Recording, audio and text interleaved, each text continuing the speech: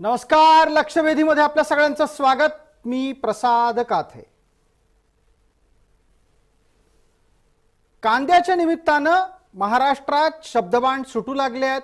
आरोप प्रत्यारोपांच्या फैरी झडू लागल्या आहेत. निमित्त ठरलंय ते केंद्र सरकारनं निर्यात शुल्कात केलेली वाढ. ही वाढ 40% आहे आणि ही अन्यायकारक आहे असंही सांगितलं जातंय. या अन्यायकारक वाढीच्या निमित्तानं कांदा उत्पादकांच्या साठी अडचणी वाढलेल्या आहेत असा दावा करणारे हे विसरतायत की कांद्याचा दर सर्वसामान्यांच्या साठी स्वस्त राखणं ही सुद्धा सरकारची जबाबदारी होऊन गेलेली आहे. प्रत्यक्षात कोणतंही कृषी विषयक उत्पादन हे बाजारानं अर्थात बाजारातल्या पुरवठा आणि मागणी याच्या सूत्रानं मूल्याबाबत निश्चित झालं पाहिजे की त्यात सरकारचा हस्तक्षेप असला पाहिजे हा प्रश्न चर्चेला येतो. कांद्यामुळे सरकार गडगडली आहेत, कांद्यामुळे सरकार बनली सुद्धा आहेत. असं असताना कांद्यासारख्या उत्पादनात असं काय आहे की सरकारला त्यावर हस्तक्षेप करावा लागतो. सर्वसामान्य माणसांच्या आयुष्यात, व्यवहारात आणि जगण्यात कांद्याला इतकं महत्त्व खरंच प्राप्त झालंय की कांद्याच्या व्यापाराची आणि त्या अनुषंगानं चालणाऱ्या राजकारणाची परंपरा असल्यानं अद्यापही कांद्याच्या बाबत अशी भूमिका घेतली जाते. या निमित्तानं आत्ताच्या घडीला ज्यांनी कोणी विरोधात भूमिका घेत केंद्रातल्या सरकारच्या बाबत आपली वक्तव्य करायला सुरुवात केली आहे त्यांच्याच भूमिका काही दिवसांपूर्वी काय होत्या आणि आता अचानक परिस्थिती बदलली म्हणून त्यांनी भूमिका बदलल्या आहेत का? राजकारण्यांच्या अशा प्रकारच्या धरसोडीच्या वृत्तीमुळे मूळ प्रश्न तसेच राहतात, चिघळत राहतात. हेही तितकंच खरं. या निमित्तानं आज लक्षवेधीमध्ये आपण चर्चा करणार आहोत कांद्याची खोडी काढलीये कुणी. या चर्चेत आपल्या सोबत कोण मान्यवर आहेत त्यांचा परिचय मी आपल्याला करून देतोच, पण तत्पूर्वी महाराष्ट्रातले मंत्री दादा भुसे यांनी केलेलं एक विधान लक्षात घ्यायला हवं. तसं पाहायला गेलं तर कांद्याच्या साठी आणि कांद्याच्या विरोधात दोन्ही बाजूने बोलणारी माणसं असताना दादा भुसेंनी केलेलं विधान याच्यासाठी लक्षवेधी ठरतं कारण त्यांनी थेट भूमिका घेतलेली आहे. ती भूमिका शेतकऱ्यांच्या बाजूची आहे, ग्राहकांच्या विरोधातली आहे. काय म्हणाले दादा भुसे पाहूया. जर आता उद्या एक 25 रुपयाने 20 रुपयाने कांदा गेला आणि कोणाला परवडत नसेल तर त्याने महिने 2 महिने 4 महिने कांदा खाल्ला नाही तर काय बिघडतंय? त्या शेतकऱ्याच्या कुटुंबाला जर या माध्यमातून 2 पैसे मिळणार असतील तर त्याने त्याची मानसिकता तशी ठेवली पाहिजे. जर आता उद्या एक 25 रुपयाने 20 रुपयाने कांदा गेला आणि कोणाला परवडत नसेल तर त्याने महिने 2 महिने 4 महिने कांदा खाल्ला नाही तर काय बिघडतंय? त्या शेतकऱ्याच्या कुटुंबाला जर या माध्यमातून 2 पैसे मिळणार असतील तर त्याने त्याची मानसिकता तशी ठेवली पाहिजे. चर्चेच्यासाठी आपण आपल्या मान्यवरांपर्यंत पोहोचूया. आपल्या सोबत जोडले गेलेले आहेत मनीष बोरा, कांदा निर्यातदार म्हणून ते आपल्याला परिचित आहेत. आपल्या सोबत कॉम्रेड डॉक्टर अजित नवले आहेत, किसान महासभेचे नेता म्हणून ते आपल्याला परिचित आहेत आणि केंद्र सरकारनं घेतलेला निर्णय असल्यानं भारतीय जनता पार्टीचे चर्चेतले प्रवक्ता प्रतिनिधी आहेत गणेश हाके. पहिला प्रश्न माझा मनीषजी आपल्यासाठी आहे. माझा आवाज आपल्यापर्यंत स्पष्टपणे पोहोचत असेल अशी अपेक्षा आहे. दादा भुसेंनी घेतलेली भूमिका पण आपल्यापर्यंत पोहोचली असेल अशीही अपेक्षा आहे. कांदा खाल्ला नाही तर कुणी मरत नाही इथपासून कांदा परवडत नसेल तर खाऊ नका इथपर्यंतच्या भूमिका येत आहेत.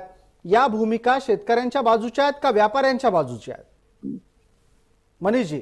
साहेब 100% ह्या ज्या भूमिका आहेत तर ह्या तर शेतकऱ्यांच्या बाजूनेच आपल्याला म्हणावं लागतील.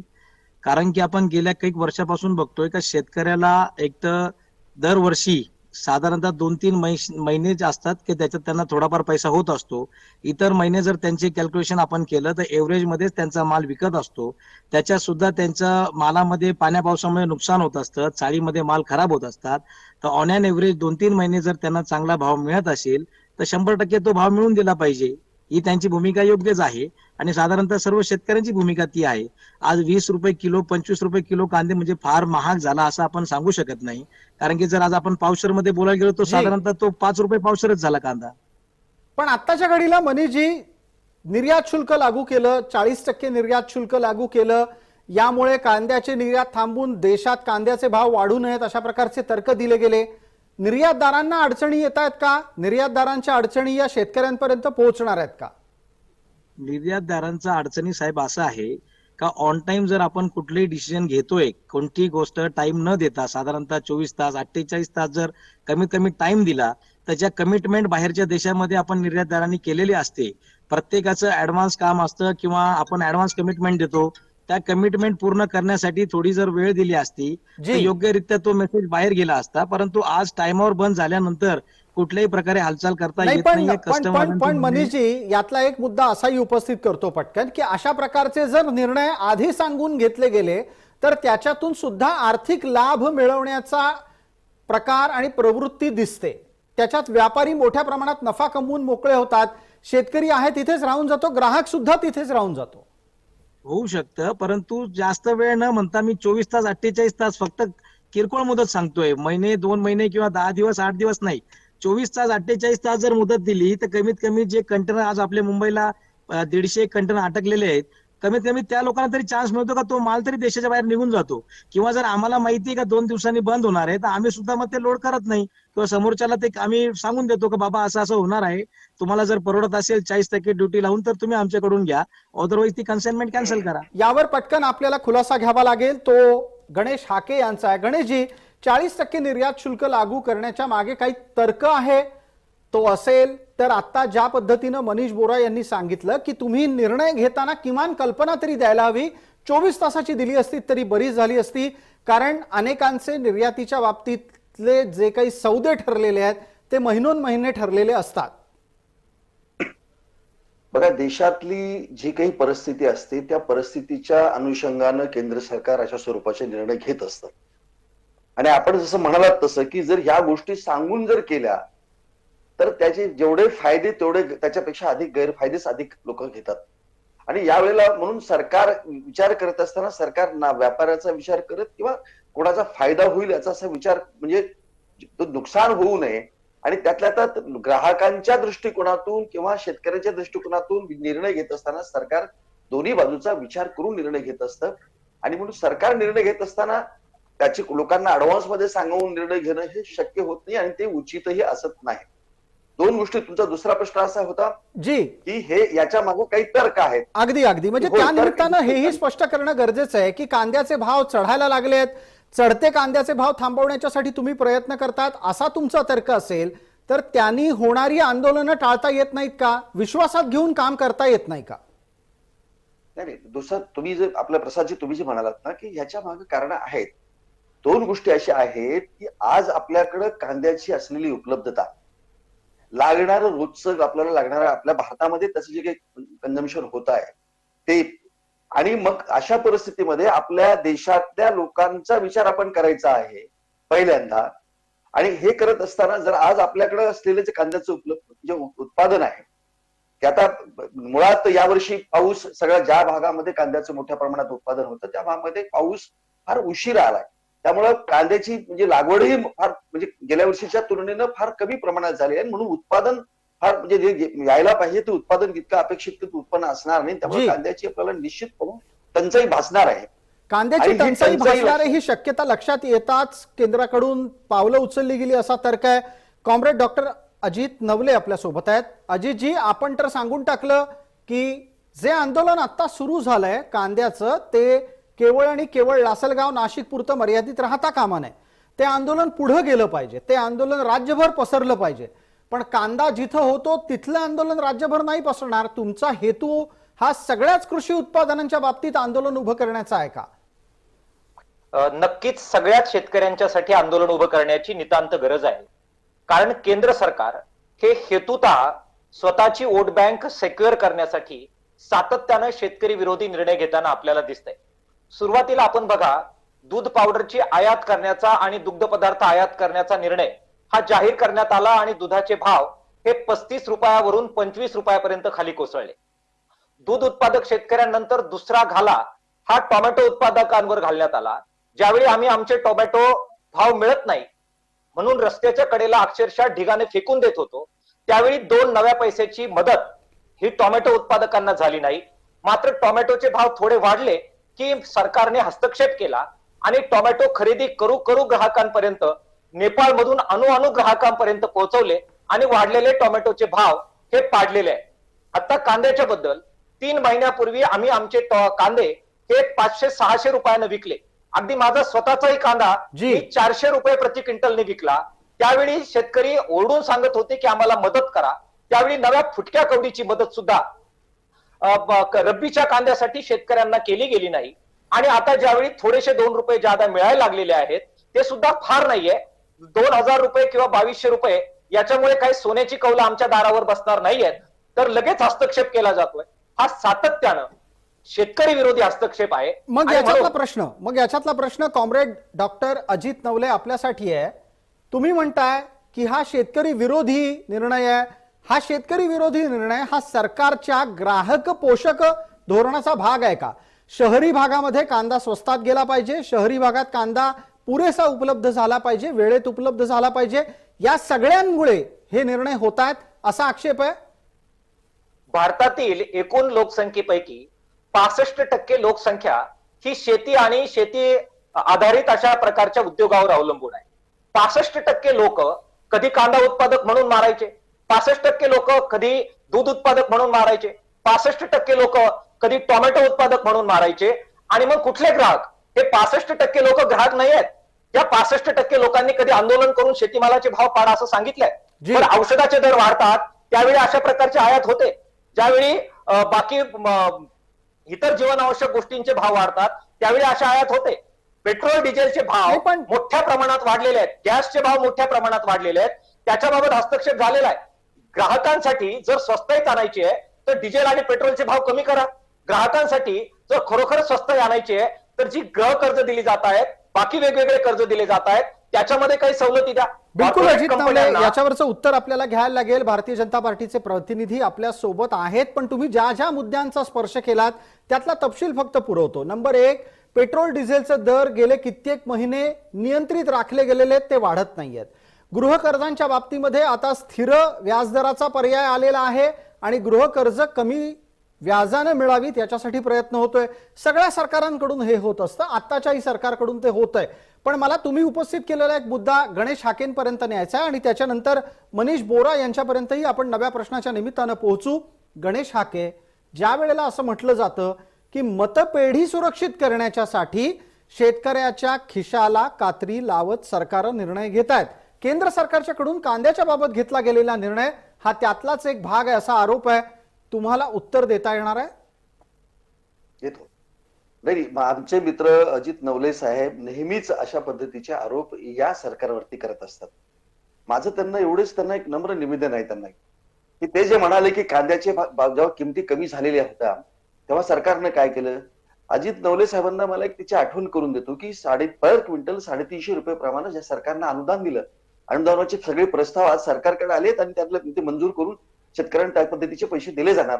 माझं म्हणणं असं आहे की ज्या ज्या वेळेला अशा पद्धतीच्या माग सोयाबीनच्या भावाच्या संदर्भात सुद्धा सरकारनं हा निर्णय घेतला होता अनुदानाचा, म्हणजे जेव्हा आता तुम्ही पेट्रोल डिझेलच्या संदर्भातला तुम्ही उल्लेख केला, जेव्हा पेट्रोल डिझेलच्या संदर्भात सुद्धा प्रचंड प्रमाणामध्ये इंटरनॅशनल बाजार म्हणजे आंतरराष्ट्रीय बाजारपेठेमध्येच त्या पद्धतीची भाववाढ झाली होती. पण त्यातूनही या ग्राहकांना दिलासा देण्यासाठी अनुदान देण्याचं काम या केंद्रातल्या सरकारनं केलं. आपल्या महाराष्ट्रातल्या सरकारच्या संदर्भात बोलायचं त्यावेळेला अजित नवले काही बोलले नाहीत. विनंती करून सगळ्या देशातल्या 19 राज्यांनी पेट्रोल डिझेलवरती अनुदान दिलं, पण महाराष्ट्रामध्ये त्यावेळेला महाविकास आघाडीचं सरकार होतं. त्या सरकारने छदाम सुद्धा 1 रुपया सुद्धा या महाराष्ट्रातल्या जनतेला पेट्रोल आणि डिझेलच्या वरती सबसिडी दिली नाही. त्यावेळेला नवले साहेब काहीच बोलले नाही. म्हणजे माझं असं म्हणणं की केवळ भारतीय जनता पार्टीचं सरकार आहे. ऐकून घ्या. हाकेजी उत्तर घेऊ. प्रत्येक संधी प्रत्येकाला आहे, आक्षेपाला प्रत्येकाचं उत्तर अपेक्षित आहे. नवलेजी, आपल्यासाठी 30 सेकंद आहेत. लेट खरीपसाठी 350 रुपये अनुदान सरकारने दिलं. हा लेट खरीपचा कांदा महाराष्ट्रामध्ये फक्त 1.65 लाख हेक्टरवर लावला जातो. मात्र रब्बीचं ज्यावेळेस पीक आलं जे 5,96,000 हेक्टरवर लावलं जातं आणि ज्याच्यामध्ये 106 लाख टन कांदा महाराष्ट्रामध्ये निर्माण झाला. हाके साहेब त्यावेळी छदाम दिलेला नाही आणि जे लेट खरीपच्या कांद्याला अनुदान दिलं त्यावेळी आम्हीच होतो रस्त्यावर उतरलेले, नाशिकवरून पायी चालत आलो आणि त्याच्यानंतर आंदोलनानंतर हे अनुदान देण्यात आलेलं आहे, जे अनेक अटी शर्तीमुळे अनेक शेतकऱ्यांना मिळालं नाही. प्रश्न कोणतं सरकार अस्तित्वात होतं याच्यानुसार आम्ही कधीच निर्णय घेत नाही. आपल्याला आठवण मी करून देईल की ज्यावेळेस महाविकास आघाडीचं सरकार होतं त्यांच्या विरोधात सुद्धा किसान सभेनं अनेक आंदोलनं केलेली आहेत. पेट्रोल डिझेलच्या विरोधात सुद्धा आंदोलनं केलेली आहेत आणि दुधाचं आंदोलन महाविकास आघाडीच्या सरकारमध्ये ज्यावेळी हे सगळे सत्तेवर होते त्यांच्या विरोधात सुद्धा आम्ही केलेलं आहे. हाके सरकार साहेब, कोणतं आहे जी. हे पाहून आम्ही निर्णय करत नाही. कॉम्रेड आपल्यावर काही आक्षेप हाकेंचे दिसत आहेत. हाकेजी, आपल्याला अशी आंदोलनं होताना दिसली तर त्याचा काही परिणाम दिसला का? आणि मवियाच्या कार्यकाळात जे घडलं ते आत्ताच्या कार्यकाळात घडू नये, घडावं अशी अपेक्षा आहे? नाही, कधीच हा विचार करून आमचं सरकार निर्णय घेत नाही. आता मी मला पुन्हा थोडस मला वेळ द्या की या संदर्भात या निर्णयाच्या अनुषंगानं तुम्ही जे म्हणालात की खरंय की या सरकारचा निर्णय घेत असताना कुठल्याही गोष्टी तर्क तुम्ही जे म्हणालात ना की त्याचं लॉजिक लक्षात घेऊनच निर्णय घेतले जातात. आणि कांद्याच्या संदर्भातला हा घेतलेला निर्णय सुद्धा हे या भारतातल्या जनतेचं हित लक्षात घेऊनच घेतलेला निर्णय आहे. मला दोन गोष्टी याच्यातल्या सांगायच्या आहेत की आज आपल्याकडे जो असलेला शिल्लक जो साठा आहे, कांद्याचा जो साठा आहे तर नाफेडकडे फक्त 3 लाख मेट्रिक टन इतके म्हणजे साठवणूक आहे. 2 लाख मेट्रिक टन परत आता ते खरेदी करणार आहेत. त्यातलाच असलेल्या कांद्यामधला तो आता अनेक म्हणजे त्याच्यातला 20-25% कांदा हा त्या म्हणजे सडलेला आहे, म्हणजे होऊ शकतो. आता बाजारामध्ये जो म्हणजे व्यापाऱ्यांकडे जो आहे तो 75 म्हणजे लाख मेट्रिक टन कांदा उपलब्ध आहे. पण त्या शेतकऱ्यांकडे 25 लाख मेट्रिक टन कांदा आहे. त्यातलाही कांदा काही त्यातला खराब झालेला कांदा ते म्हणाल्याप्रमाणे. तर माझं म्हणणं की असलेली उपलब्धता आणि आपल्याला लागणारा रोजचा जो कांदा आहे तो 50,000 टन आपल्याला कांदा लागतो आपल्याला रोजचा. आता हे कन्झम्पशन जर पाहिलं तर आज आपल्याकडे फक्त 6 दिवसाचं म्हणजे नाफेडकडे फक्त 6 दिवसाचाच कांदा म्हणजे लागेल पूर्वी इतका कांदा आहे. अशा परिस्थितीमध्ये जर कांदा जर निर्यात केला तर फार मोठं संकट इथल्या इथं म्हणजे किमती वाढण्याच्या दृष्टिकोनातून मोठं निर्माण होईल आणि ग्राहकामध्ये फार मोठा एक असंतोष निर्माण होईल. आणि त्याच्यामुळं हा निर्णय जर घेतला याच्यामध्ये सांगितलं ना तुम्हाला याच्यामध्ये जो फायदा होतो तो ग्राहकांचा होतो आणि कोट्यानी जे ग्राहक आहेत त्यांचा फायदा होतो. याबरोबर शेतकऱ्यांचं कुठल्याही प्रकारचं याच्यात नुकसान होणार नाहीये कारण शेतकऱ्यांच्या मला गणेशजी आपल्याला थांबवत पटकन तुमचा मुद्दा मनीष बोरा यांच्यापर्यंत न्यायचा आहे. मनीषजी, इथे सांगितलं जातं की ग्राहकांच्या हितासाठी निर्णय झालेला आहे. संभाव्य कांद्याची दरवाढ लक्षात घेऊन हे निर्णय झालेले आहेत. तुमच्या लेखी हा निर्णय व्यापारी विरोधी ठरलाय आणि त्याचं नुकसान व्यापाऱ्यांना सहन करावं लागतंय असं आहे का? त्याचा एक पुढचा उपप्रश्न थोड्याच वेळात येतोय, 30 सेकंदात उत्तर द्या. मनीषजी, साहेबांनी सांगितलं की आता याचा आपण 100% त्यांचं म्हणणं आहे की आपण भारतीय जनता म्हणजे सगळ्या जनतेचा विचार करून हा निर्णय घेतलेला आहे आणि त्यांच्याकडे कॅल्क्युलेशन आहे किती कांदे आहेत, किती पुरणार आणि त्याप्रमाणे त्यांनी डिसिजन घेतलेलं आहे. पण साहेब म्हणतात का याच्यात नुकसान होणार नाही शेतकऱ्यांचं. तर साहेब जर एक्सपोर्ट बंद झालं किंवा एक्सपोर्ट जर कमी झालं तर त्याचा फटका 100% हा आपल्याकडे शेतकऱ्यांना बसतोच. कारण की 50 ते 60% बाजार भाव हे एक्सपोर्टवर अवलंबून असतात. भारतातला कांदा हा जगात 1 नंबरचा कांदा आहे आणि त्याची मागणी सगळ्याकडे असते. ती मागणी लक्षात घेता जर कांदा आपला बाहेर जातो तर त्या निमित्ताने तो पैसा व्यापाऱ्यांना मिळतो. व्यापारी पुढे शेतकऱ्यांपर्यंत तो पास करतात. ही पूर्ण चेन आहे आणि तुमच्या म्हणण्यानुसार जर एक्सपोर्ट बंद झालं किंवा आता 40% ड्युटी लावून तो आपण कमी करायचा प्रयत्न केला तर बट ऑब्विस आहे का ते भाव बाजारात तेवढे राहणार नाही. आता सध्या तरी बाजार भाव शेतकऱ्यांचे पडतील. पण ज्या वेळेला आपण हा तर्क देता तुमच्या लेखी जर समजा ही निर्यात शुल्क वाढ लागू केली नसती तर येत्या काही दिवसात आणि ऐन दिवाळीच्या वेळेला कांदा महाग झाला असता ही शक्यता होती. ऐन दिवाळीच्या तोंडावर महाग झालेला कांदा केंद्र सरकारला परवडणारा नव्हता, हे काही लपून राहत नाही. जवळपास 4 राज्यांच्या विधानसभेच्या निवडणुका येऊ घातलेल्या आहेत, त्याचं भय आहे. गणेश हाके, खरं आहे की नाही? नाही, त्या बघा आमचं सरकार केंद्रातलं कुठल्याही पद्धतीचं असं पुढच्या निवडणुका वगैरे लक्षात ठेवून या पद्धतीचे निर्णय घेत नाही. जनतेच्या हिताचे निर्णय तर यापूर्वी या गोष्टीचे घेतलेले निर्णय मला सांगा त्यावेळेला काही निवडणुका होत्या का? आणि आता एक पण परिस्थिती सिच्युएशन अशी आता आज देशामध्ये निर्माण झालेली आहे की सिच्युएशन बघून केंद्र सरकारने घेतलेला हा निर्णय आहे की येणारं संकट हे आपल्याला पुढे टाळता यावं, लोकांचा असंतोष आपल्याला टाळता यावा. कारण उद्या जर फार मोठ्या प्रमाणामध्ये जर टंचाई निर्माण झाली तर कांद्याच्या याच्या संदर्भात तुम्ही म्हणालात सर का कांदा भाव म्हणजे कमी झाले म्हणूनही सरकार पडलेले आहेत, भाव वाढले म्हणूनही सरकार पडलेले आहेत, ही वस्तुस्थिती आहे. त्यामुळे या अत्यंत शेतकऱ्यांच्या जसा जिव्हाळ्याचा प्रश्न आहे तसा ग्राहकांच्या जिव्हाळ्याचा आहे आणि या दोन्ही शेतकरी आणि ग्राहक ह्या दोघांचा विचार करूनच या सरकारनं आपल्या जो निर्यातीच्या संदर्भातला जो काही 40% जे त्यांनी जे काही जी निर्यात शुल्क वाढवलेलं आहे ते इथे वाढवलेलं आहे की त्याचा फायदा हाकेजी शेतकऱ्यांना हाकेजी होणार एक आहे. मिनिट मला आणि मला मला या राजकारणातल्या प्रश्नाचं म्हणजे प्रश्नातल्या राजकारणाचं उत्तर नाही मिळालं. त्यामुळे कॉम्रेड डॉक्टर अजित नवलेंना संधी देतो. अजित नवले, दिवाळीच्या आसपास कांदा महाग होऊ नये, निवडणुकांवर त्याचा प्रतिकूल परिणाम होऊ नये, या सगळ्या गोष्टी लक्षात घेऊन आजचा घेतलेला निर्णय हा दूरगामी कोणासाठी नुकसानदायक आहे? 100% आपण बरोबर पॉइंट आउट केलं की येत्या विधानसभेच्या निवडणुका आणि राजकारणासाठीच शेतकऱ्यांचा बळी दिला गेलाय. मी आकडेवारीच आपल्याला सांगतो.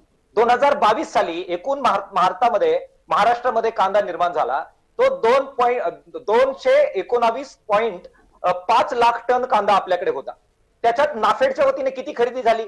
2.5 लाख टन, म्हणजे 2.5 लाख टन, म्हणजे केवळ 1% कांदा नाफेडने खरेदी केला. कुणी हात धरले होते नाफेडचे? जर ग्राहकांना स्वस्तात कांदा दिवाळीच्या वेळी उपलब्ध करायचा होता तर त्यावेळी सरकारने हस्तक्षेप करून आम्ही ज्यावेळी 400 आणि 500 रुपयानं कांदा विकत होतो त्यावेळी सरकारने कांदा विकत घ्यायचा होता. त्यांची साठवण क्षमता वाढवायची होती, साठवून ठेवायचा होता आणि दिवाळीच्या वेळी शेतकऱ्यांना, ग्राहकांना आणि मतदारांना फुकट कांदा वाटायचा होता. हात कोणी रोखले होते? तुम्ही हस्तक्षेप कधी करता? ज्यावेळी आमच्याकडून कांदा निघून जातो त्यावेळी, ज्यावेळी आम्ही अत्यंत मातीमोल रुपयानं कांदा विकतो त्यावेळी मदतीसाठी तुम्ही येत नाही. त्यावेळी सरकार पुढे येऊन नाफेडच्या द्वारे पुरेशी खरेदी करत नाही. मी आकडेवारी दिली, केवळ 1.08% इतकाच कांदा नाफेडने खरेदी केला. आपली साठवण क्षमता किती उत्तर आहे घेऊया. आणि उत्पादन किती आहे? कॉम्रेड उत्पादन याचं उत्तर घेऊयात. कॉम्रेड याचं उत्तर घेऊयात. आपल्यासोबत गणेश हाके आहेत. गणेश हाके, राजकारण हे निर्णयामध्ये दिसतंय, निर्णयात राजकारण हे दिसत असताना मान्य न करणं हा शहाणपणा आहे? नाही, बिलकुल. मी म्हटलं की अशा पद्धतीचं राजकारण ज्यात नाही, कृपा करून कोणीही या संदर्भातलं राजकारण करून लोकांच्या समोर प्रेझेंटेशन चुकीचं करू नये.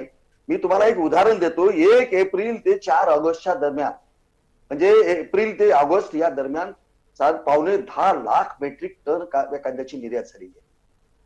म्हणजे इतक्या मोठ्या प्रमाणावरती निर्यात या केवळ 4 महिन्यामध्ये झालेली आहे. आणि माझं म्हणणं असं आहे की ही जी निर्यात जर समजा अशाच पद्धतीची जर आपण निर्यात झाली तर महाराष्ट्र म्हणजे देशामध्ये ह्या पद्धतीचं संकट हे आपल्याला दिसतंय पुढं. आणि हे जर संकट जर समजा आपल्या म्हणजे जर या देशातल्या जनतेच्या संदर्भात अनुषंगानं, जर फायद्याच्या अनुषंगानं, त्यांच्या हिताच्या दृष्टिकोनात जर बघितलं तर अशा स्वरूपाचा निर्णय घेणं हे सरकारला मला असं वाटतं क्रमप्राप्त होतं. आणि म्हणून घेतलेला हा निर्णय अत्यंत योग्य आणि मला सांगतो की शेतकऱ्याच्या आणि मला या निमित्तानं पुढच्या प्रश्नाच्या संधीच्या अनुषंगानं कॉम्रेड अजित नवलेंना बोलतं करायचंय. अजित नवले, ज्यांचं केंद्रात सरकार आहे, ज्यांना निवडणुका लढायच्या आहेत, ज्यांना निवडणुकांमध्ये जिंकायचंय, त्यांना आपल्या मतदाराला जो काही माल पुरवठा होतो आहे तो स्वस्त राहावा, महाग होऊ नये, याच्यासाठी प्रयत्न करणं भाग आहे. जर त्यांचा मतदार त्यांच्यासाठी त्या प्रकारच्या निर्णयातून फायदे मिळवून देत असेल तर सरकार अशीच वागणार आहेत. मग ते आज सरकार भाजपचं असो, कालचं काँग्रेसचं असो, किंवा उद्या अजून काही वेगळी परिस्थिती असो. तुम्हाला काय वाटतंय? हे या देशाचं सर्वात मोठं दुर्भाग्य आहे.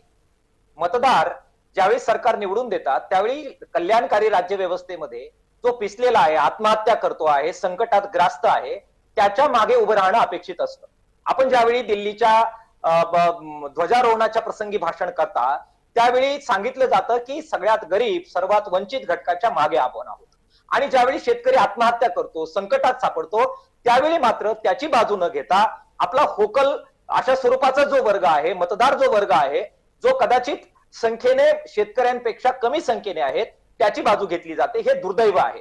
आज महाराष्ट्रामध्ये दररोज 2 शेतकरी प्रतिदिवस आत्महत्या करताना आपण पाहतो आहे. आणि कांदा उत्पादक शेतकरी सुद्धा ज्या हवालदिलपणाने आज टाहो फोडतायत की हे हस्तक्षेप करू नका, अन्यथा कांदा उत्पादक शेतकरी बर्बाद होईल. परवा टोमॅटो उत्पादक शेतकरी अशाच प्रकारचा टाहो फोडत होता.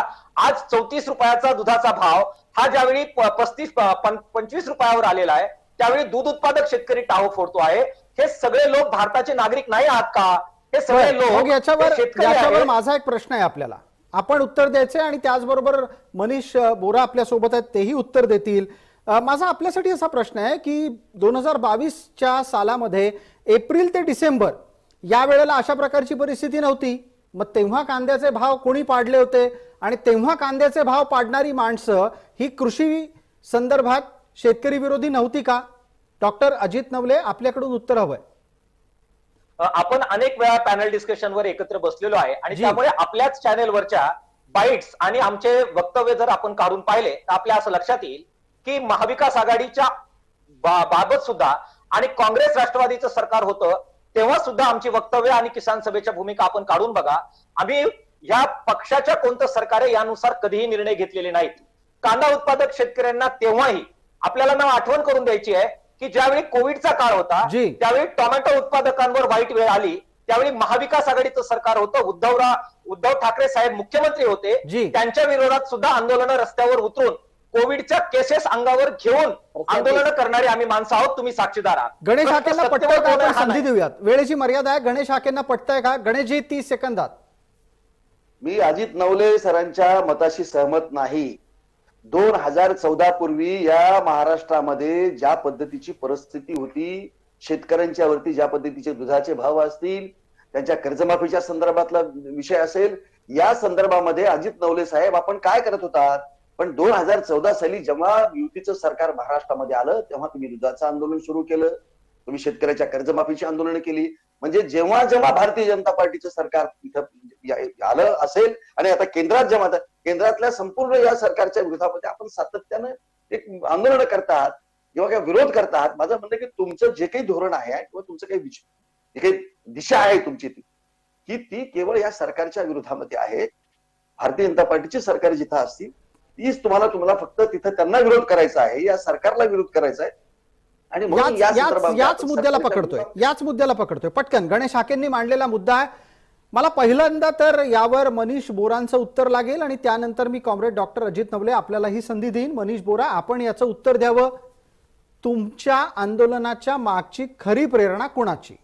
आत्ताच्या घडीला राष्ट्रवादी ही तुमच्या मागे दिसतेय, दोन्ही गट त्यांचे, आणि आता दुभंगलेली शिवसेना पण तुमच्या मागे दिसतेय. थोडक्यात जे विरोधात असतात ते वेळेप्रसंगी तुम्हाला वापरून घेतात. साहेब, पॉलिटिकल हा विषय ना, म्हणजे व्यापाऱ्यांचा पॉलिटिकली काही इश्यू येत नाही, शेतकऱ्यांचा पॉलिटिकल काही इश्यू येत नाही. व्यापारी आणि शेतकऱ्यांचं म्हणणं एवढंच असतं का एक समतोल जर तुम्ही राखला तर कुठल्याही गोष्टी ज्या आहेत त्या घडत नाहीत. उदाहरणार्थ आता जर तुम्ही आपण 20-25 रुपयात हा निर्णय घेतला, हाच निर्णय कदाचित 30-35 रुपये किंवा 40 रुपये किलो कांदे झाले तेव्हा घेतला असता तर योग्य असतात. पॉलिटिकली आम्हाला ते मागे कोणा सपोर्टची गरज नाही. ते लोक आता त्याचं प्रकरण ते लोक बोलणारच आहेत. परंतु व्यापाऱ्यांना आणि शेतकऱ्यांना पॉलिटिशियन्सची काही घेणं नसतं. दिवसभर तो शेतकरी राबतो, व्यापारी आपलं काम करत असतो, त्याला पॉलिटिकली काही घेणं देणं नसतं. तर एक समतोलता कुठेतरी राखून जर निर्णय झाले ना, कॉन्फिडन्स मध्ये घेऊन जर काही निर्णय झाले तर सगळे लोक खुश असतात. 100% त्यांच्या चिंतेचा विषय आहे का दिवाळीच्या वेळेस कांद्याचे बाजारभाव वाढतील. त्यांच्याकडे आकडेवारी आहेत, सगळ्या गोष्टी आहेत. आतापर्यंत एक्सपोर्ट सुद्धा फार जोरात झालेला आहे. आपण म्हणत नाही का भाजपच्या काळात एक्सपोर्ट काय कमी झाला वगैरे, अत्यंत सुंदर एक्सपोर्ट झालेला आहे. मागच्या वर्षी सुद्धा एक्सपोर्टची आकडेवारी फार चांगली होती. परंतु एक कॉन्फिडन्स मध्ये घेऊन काहीतरी निर्णय घ्या. 30, 35, 40 रुपये किलो कांदे झाल्यानंतर तुम्ही काहीतरी निर्णय घ्या तर आपण कुठेतरी समजू शकतो. 20-25 रुपये हा काय फार मोठा विषय नव्हता. आणि राहिला पॉलिटिकली विषय, तर पॉलिटिकली शेतकऱ्यालाही कोणाची म्हणजे इंटरेस्ट नाही आणि व्यापाऱ्यांनाही काही इंटरेस्ट नाही. व्यापारी व्यापार करतो, शेतकरी शेती करतो. अजित नवले, आपलं 1 मिनिटात उत्तर अपेक्षित आहे. कांद्याचे भाव कमी असताना निर्यात शुल्क बंदी वाढवणं, निर्यात शुल्क लावणं ते वाढवणं, याचे निर्णय कोणाला अंतिमतः फायदे ठरवतात, कोणाला फायद्याचे असतात? हे 100% फक्त राजकीय निर्णय असतो आणि तो फक्त सत्तेमध्ये असणाऱ्या लोकांनाच फायद्याचा आहे. मी आपल्याला सरळ हाके साहेबांना तुमच्या माध्यमातून विचारतो की आमचा कांदा आम्ही 400 रुपयाला विकत होतो, त्यावेळी हे सरकार कुठे होतं? लोककल्याणकारी सरकार आहे, तर त्यावेळी नाफेडद्वारे पुरेशी खरेदी का केली गेली नाही? सगळा जो काही एकूण कांदा आहे तो जर 230 लाख टन कांदा भारतामध्ये निर्माण झाला होता, तर त्यापैकी फक्त 2.5 लाख टन इतकाच कांदा नाफेडने का खरेदी केला? त्यावेळी हस्तक्षेप करायला सरकार कुठे गेलं होतं? आणि शेतकरी हे भारताचे नागरिक आहे की नाही आहे याचं उत्तर हाके साहेबांनी द्यावं. बिलकुल, वेळ मर्यादा असल्यानं हस्तक्षेप करतोय. गणेश हाकेंना बोलायचंय. गणेशजी, चर्चेला मर्यादा आहे, 1 मिनिट शेवटचं उरलंय. प्रसादजी, जेव्हा जेव्हा अशी देशामध्ये परिस्थिती निर्माण झाली तेव्हा केंद्र सरकारनं शेतकऱ्यांच्या बाजूलाच निर्णय घेतलेला आहे. नवले साहेबांनी जो आता जो उल्लेख केला तो होय, जेव्हा त्या कांद्याची परिस्थिती तशी निर्माण झाली होती, म्हणूनच नाफेडनं शेतकऱ्यांचा कांदा खरेदी केला. आणि ज्या पद्धत जेवढ्या शेतकऱ्यांनी, असं नाहीये की शेतकऱ्यांचा कांदा विकायला आला आणि तो नाफेडनं घेतला नाही, अशी परिस्थिती निर्माण झालेली नाही. त्यामुळे ज्या शेतकऱ्यांनी त्यावेळेला नाफेडला म्हणजे ज्या शेतकऱ्यांनी नाफेडकडे कांद्याच्या म्हणजे विक्री केली, ती खरेदी केलेली आहे.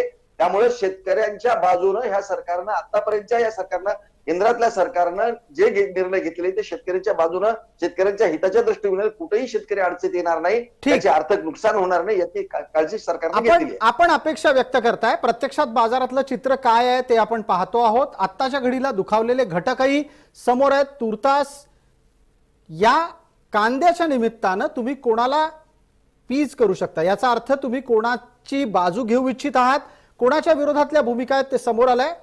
या चर्चेला वेळेची मर्यादा आहे. आपण सर्व मान्यवर चर्चेत सहभागी झालात त्याबद्दल आपले मनपूर्वक आभार. लक्षवेधीच्या या चर्चेत तुर्तास इतकंच. सर्व प्रेक्षकांना जय महाराष्ट्र.